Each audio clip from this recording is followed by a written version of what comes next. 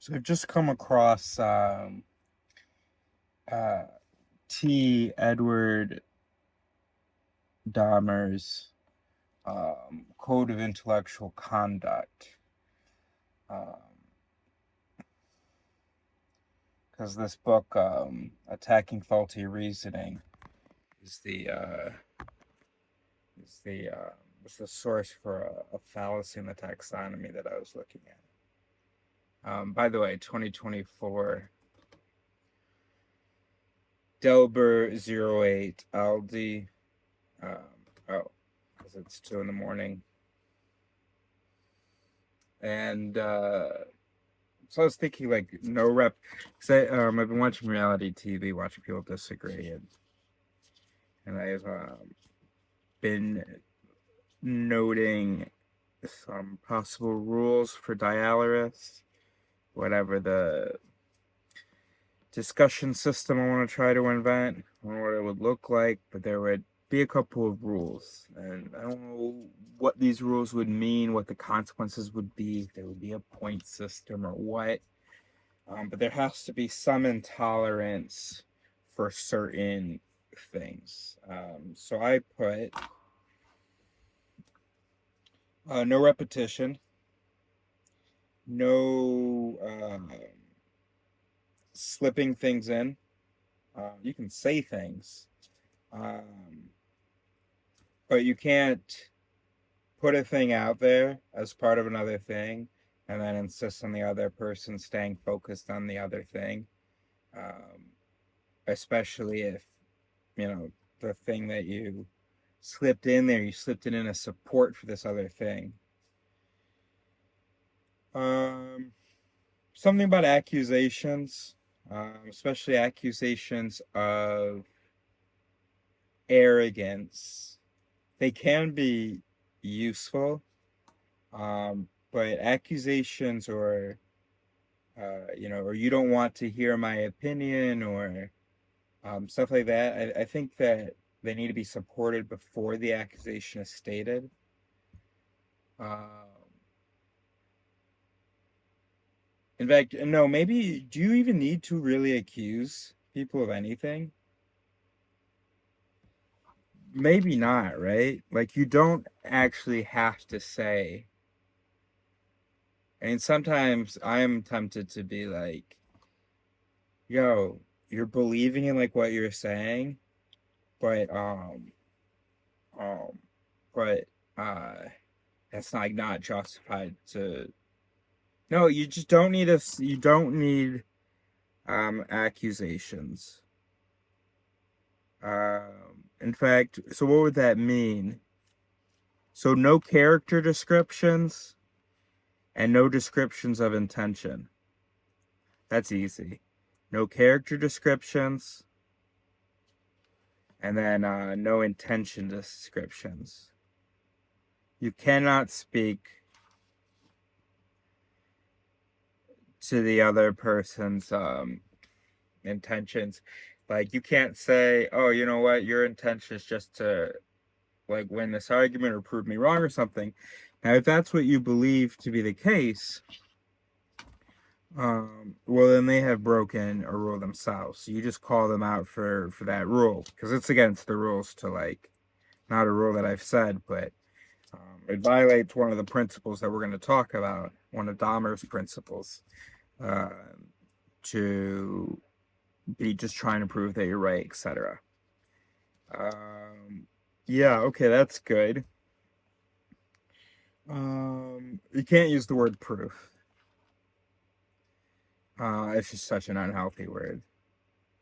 No appeal to ignorance. So no saying, yeah, but you don't know that for sure. No, we don't know anything for sure.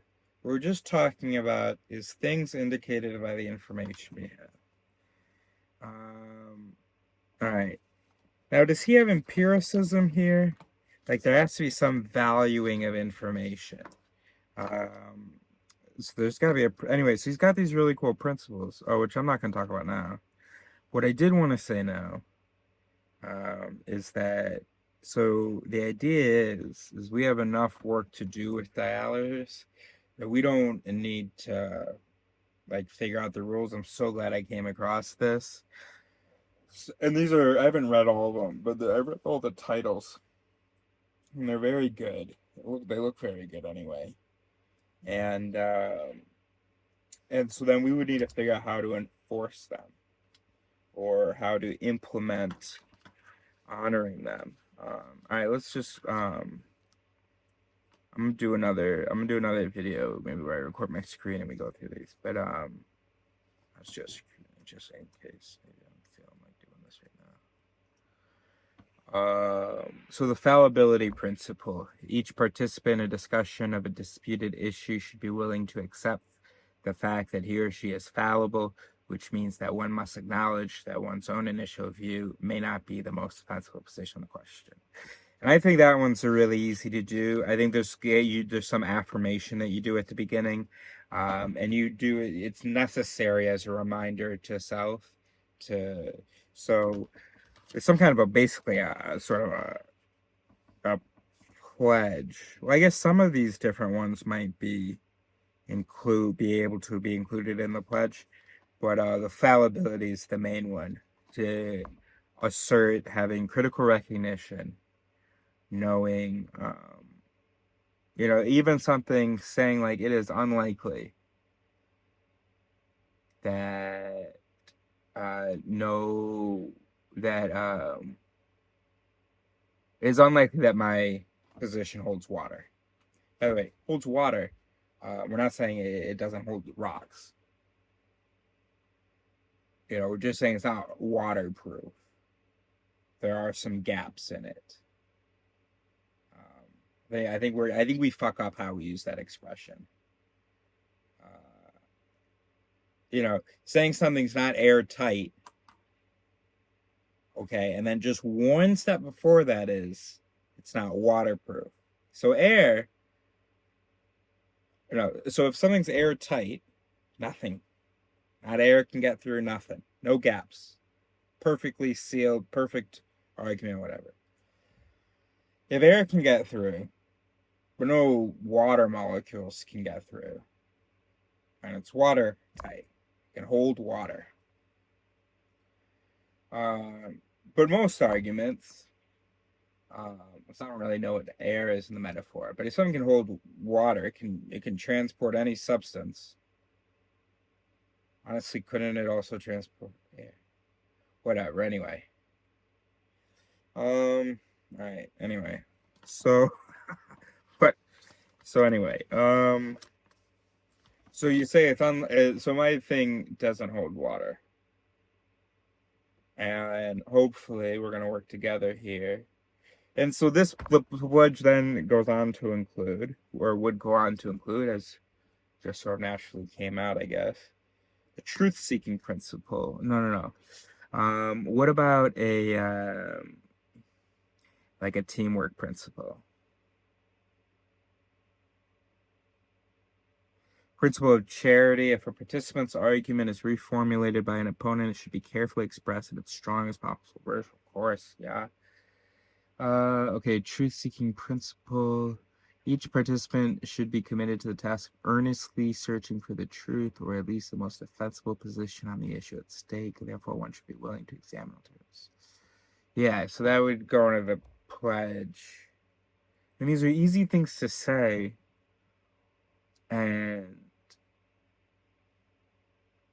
But like, honestly,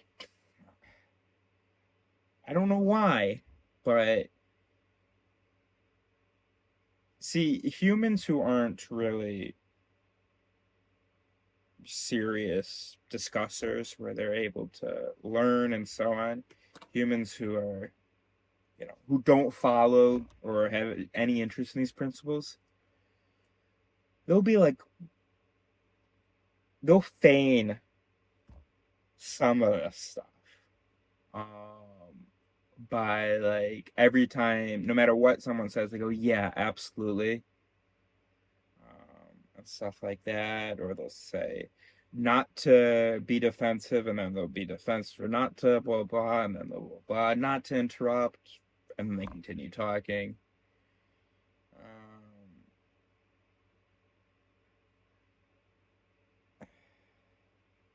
but that said, there's certain things that they just can't say in an argument that they just can't lie about. Like, honestly, I feel like anybody who you're having conversation with who is able to, without qualifying it, say, my position does not hold water. Anybody who's able to sit with that statement is the good type. And anyone who can't sit with that statement is the bad type. I feel like there's some pretty easy litmus tests. I don't know why it's so easy, but I feel like it is. Like you just say. I mean, I even felt some anxiety as I said that my argument doesn't hold the water. And maybe we can make it a little bit nicer, but it's not easy to say that, to look the other person in the eye. And then if you do say that, and even if you didn't believe it earlier, that does help you believe it. Of course, we're not saying that your argument doesn't hold rocks. You know, it's probably a fine enough basket. Of course, it doesn't hold water. You know, there's obviously gaps in it. You know, I mean, on most issues, just because we're pretty new at this, our species, so we've learned a lot very quickly, but still, most of the things that we say are, most of it doesn't even hold rocks, bro. So, in the future, maybe the pledge will have to change. Maybe AI's, you know. I mean, you can always get water. I don't know. So anyway, the idea is just to frame it as, look, I've got an interpretation, I think, of some information. Some information did something to me. Maybe some other stuff did something to me as well. And I got this interpretation. This is what I've come up with. I'm not saying it's the answer. That's what we're here now to do, to work together. Also has to be, there has to be some kind of not an authority principle, but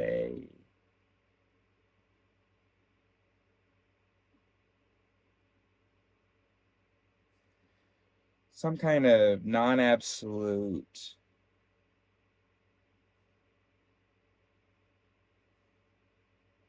acknowledgement of, and this is something that just honestly, the good ones, it's just easy for them to do this. Oh, yo, that's your thing. I don't really know much about that. Or, okay, I know a little bit about this. But you seem to know quite a bit. Blah, blah. And then there are other people, they are pissed off to, what? You're saying one of us might know more than the other about this thing? What? So that just means you're automatically right? Blah, blah, blah. All right, so what other principles might... Some kind of an expertise principle, not expertise, but acknowledgement of background or something. Then there has to be some kind of an information thing. So we have the burden of proof principle. The burden of proof for any position usually rests on the participant who sets forth the position. Or that sets forth the positive, right? If and when an opponent asks, the proponent should provide an argument for that position. There's some kind of a, yeah, that's great. If and when an opponent asks, then you have to give, he says, an argument. You have to give some information. And of course, in the whole Dialeris thing, there's some method of evaluating or agreeing on the information. There's also a method of douncing. so that some things that don't keep coming back. Because the human brain, uh, you'll address something in a conversation. Both of you are like, all right, yeah, that doesn't work. And then it'll come back 2 minutes later. What's the rebuttal principle? One who presents an argument for or against position should include in the argument an effective rebuttal to all anticipated serious criticism of the argument that may be brought against. That's interesting. That's good. Don't feel like that's its own thing. I don't know.